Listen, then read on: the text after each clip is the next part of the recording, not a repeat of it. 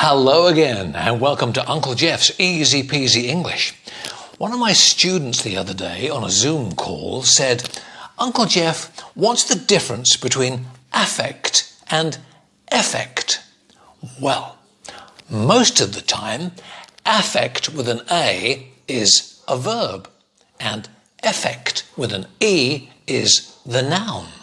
For example, Brexit will not affect the UK's economy.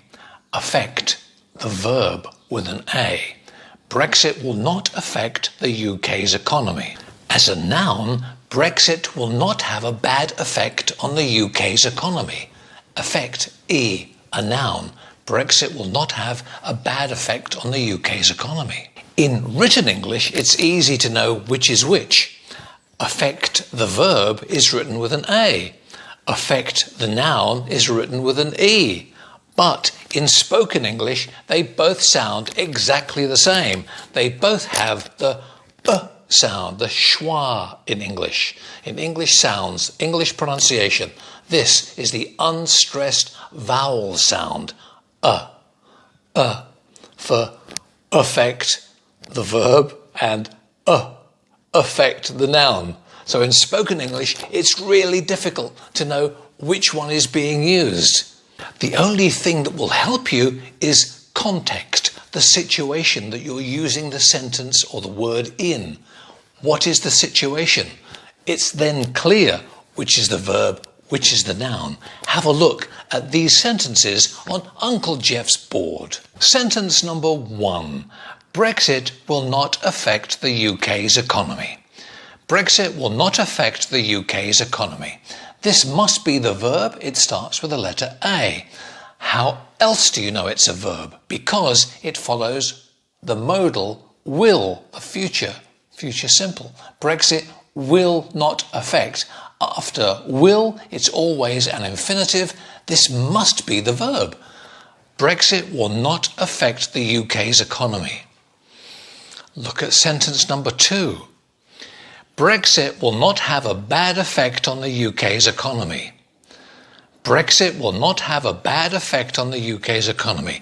The pronunciation of this one, affect, and this one, affect, is exactly the same. So how do you know? Because here, remember, we've got will, that must be the verb, the infinitive, will not affect. Here, if it's a noun, it must have an article, the indefinite article, the definite article, but here we've got a, indefinite. Bad is the adjective, a bad effect. So that must be a noun because it has an article. Brexit will not have a bad effect on the UK's economy. So that must be the noun, that must be the verb. In written English, you can see the spelling is different. In spoken English, the sound is the same. And then it comes down to context, the situation, and the other words around the word. Have a look at number 3, the last one. The effect of Brexit will not affect the UK's economy. All right, the effect of Brexit will not affect the UK's economy.